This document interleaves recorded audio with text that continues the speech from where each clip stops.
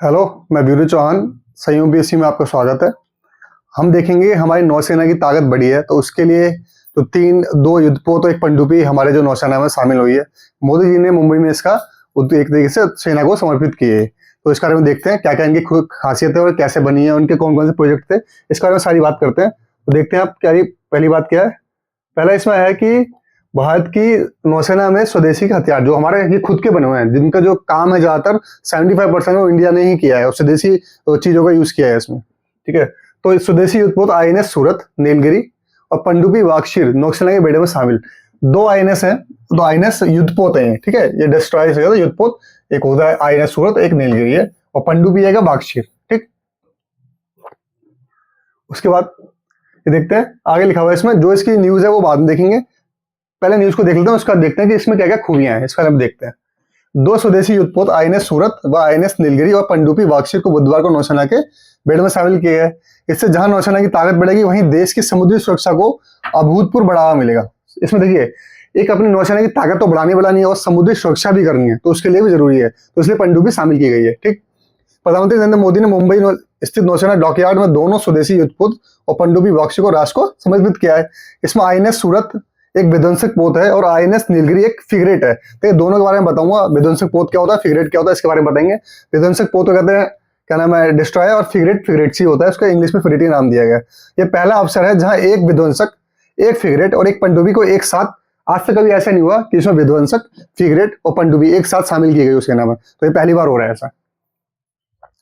दोनों युद्धपोतों और पनडुब्बी को पूरी तरह से डिजाइन और निर्मित किया गया है, भारत में निर्मित किया गया है। आईएनएस सूरत और आईएनएस नीलगिरी की लगभग 75% सामग्री स्वदेशी रूप से निर्मित है। ठीक है, आईएनएस नीलगिरी और सूरत की।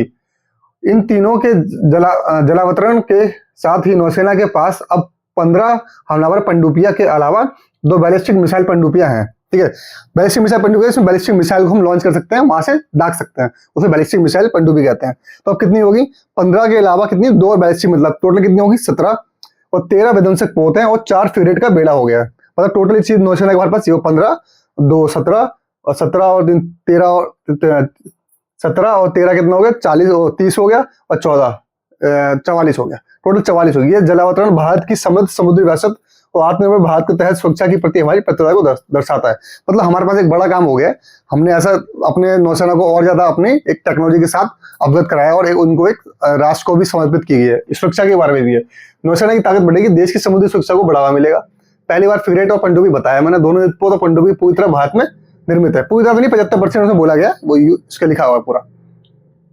देखिए क्या क्या हुआ है इसमें शामिल, ये देखते हैं। पहले आईएनएस सूरत की बात करते हैं। आईएनएस सूरत क्या है, ठीक है।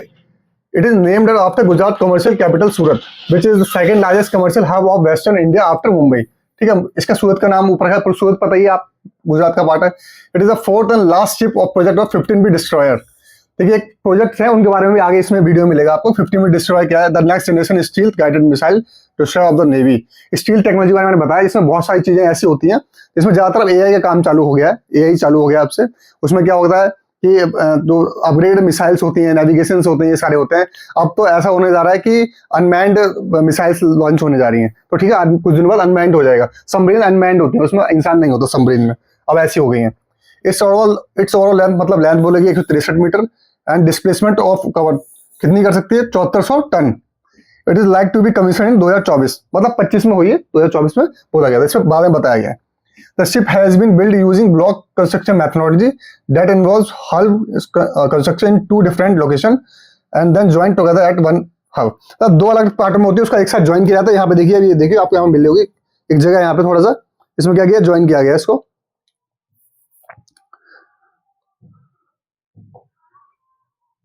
इसमें ज्वाइन किया गया इसको। तो इससे आप देखिए यहाँ पे एक ज्वाइंट है, इसका देखिए। अब देखिए इसका सूरत का पढ़ लेते हैं एक बार कि आईएनएस सूरत क्या है, इसमें बताया। अब देखते हैं, ये P-15B गाइडेड मिसाइल डिस्ट्रॉयर परियोजना का चौथा और अंतिम युद्धपोत है। ठीक है, अब इसके बाद अगली कोई सीरीज चालू की जाएगी, प्रोजेक्ट चालू किया जाएगा। ये दुनिया के सबसे बड़े विध्वंसक युद्धपोतों में से एक है। ठीक है, दुनिया के सबसे बड़े विध्वंसक पोतों में से एक है। ये अत्याधुनिक हथियार सेंसर पैकेज, वही बताया मैंने, स्टील टेक्नोलॉजी इसे ही कहते हैं। ये अत्याधुनिक हथियार सेंसर पैकेज और उन्नत नेटवर्क केंद्रित क्षमताओं से लैस है, इसे ही स्टील टेक्नोलॉजी कहते हैं। तो बाबा बढ़ा रहा स्टील, तो इसीलिए ये ठीक। इसे युद्धपोत डिजाइन ब्यूरो द्वारा डिजाइन किया गया है, युद्धपोत डिजाइन ब्यूरो द्वारा, और Mazagaon dock shipbuilders limited में इसका निर्माण किया गया है। ठीक है, ये कहाँ पे, मझघाट, ये इसको आप पता होना चाहिए कहाँ पे, ये सारी चीजें आपको पता होना चाहिए। आईएनएस सूरत दुनिया के सबसे बड़े और सबसे आधुनिक विध्वंसक पोतों में से एक है, सबसे बड़ा में से एक है, एक मतलब यही नहीं है, एक है उनमें से। ये कलकत्ता श्रेणी के विध्वंसक की श्रेणी में आता है। तो कलकत्ता श्रेणी बताऊंगा मैं क्या होता है, कलकत्ता सीरीज क्या होती है, क्या भी चालू हुई। अब आईएनएस नीलगिरी के बारे में पढ़ते हैं, तब नीलगिरी के बारे में यहाँ पढ़ लेंगे। ये आईएनएस नीलगिरी है, देखिए the Nilgiri class frigate will be Indian navy most advance steel frigate project till date. ठीक है, इसको देखते हैं। एस्टिमेट कॉस्ट कितनी है, 4000 crore. First ship INS Nilgiri to be launch, ये तो बोला गया तो लॉन्च हो गया। बट ये frigate a multi role naval warship that serves as a fleet protector and submarine hunter. ठीक है, तो सबमरीन जो दूसरी सबमरीन होती है उनको हंट करने के लिए, और देश की और चीजें, इसकी फ्लीट्स की खासियत होती है ये बहुत जल्दी टर्न ले सकता है, ताकि किसी को पकड़ना हो, किसी को लेना हो या कुछ सामान लेना हो तो सारा काम फ्लीट्स में ही होता है, इसलिए फ्लीट्स को लिया गया है। और डिस्ट्रॉय अलग होते हैं, वो किसी भी और भी जो उनके वॉरशिप्स होते हैं उनको डिस्ट्रॉय करने के लिए उनका अलग काम होता है। फ्लीट्स का काम होता है, फ्लीट्स थोड़े हल्के होते हैं, थोड़ी उसमें गति कम होती है, डिस्ट्रॉय में गति और जाती है, पर ये टर्न बहुत अच्छा ले सकते हैं, इसलिए इनका यूज ज्यादा किया जाता है, फ्लीट्स यूज होता है। देखिए प्रोजेक्ट 17 है, known as the Nilgiri class. तो 17 प्रोजेक्ट है, उसे नीलगिरी क्लास कहा जाता है। Frigate will have 7 vessels.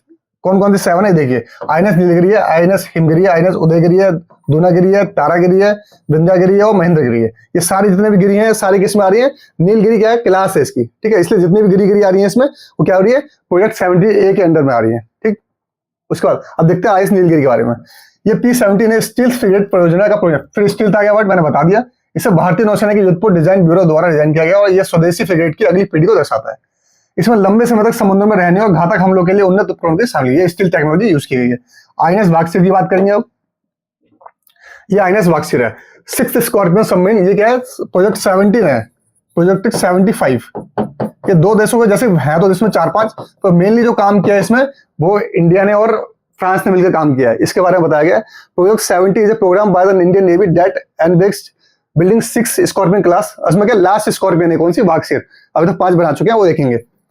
The Mazagaon dock limited is a manufacturing 6 scorpion submarine with technical assistant from the naval group of France. देखा, फ्रांस के साथ इंडिया ने एक समझौता किया। प्रोजेक्ट 75 था, याद होना चाहिए कौन कौन देशों ने ज्यादातर किया है, कौन सा देश ने इसमें काम किया, इंडिया और फ्रांस ने मिलकर काम किया।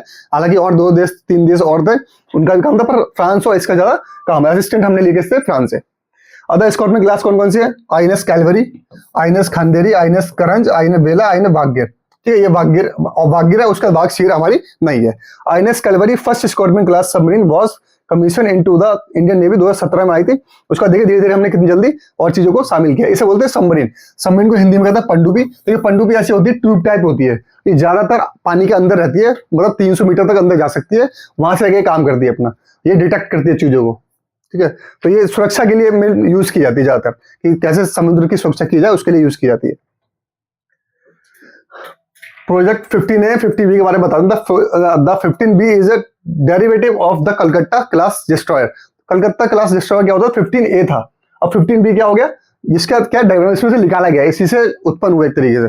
तो P-15A क्या था, उसे बोलते हैं कलकत्ता श्रेणी, यानी कलकत्ता क्लास डिस्ट्रॉयर्स बोलते थे। तो अब क्या उन्होंने क्या किया, 15B बना दिया और थोड़ा उन्नत तकनीक यूज कर दिया उसमें। एक class of 3 steel guided missile destroyer, मतलब 3 स्टील जो गाइडेड मिसाइल है उसका डिस्ट्रॉयर की क्लास है। ठीक है, इसे क्या बोलते हैं, P-15A, और 15B क्या है, उसका उन्नत वर्जन है। इसलिए याद रखिए दोनों प्रोजेक्ट एक ही हैं। ये कलकत्ता क्लास का हो गया, ये डिस्ट्रॉयर की क्लास है, जो युद्धपोत जिसे कहते हैं, वो युद्ध विध्वंसक। प्रोजेक्ट 17A वो देखते हैं। तो नीलगिरी क्लास फ्रिगेट्स, अब बता दें नीलगिरी जितने भी थे वो सारे फ्रिगेट्स में आते हैं। Formerly designed as the project 17 alpha frigates 50 P-17A are a series of steel guided missile frigates.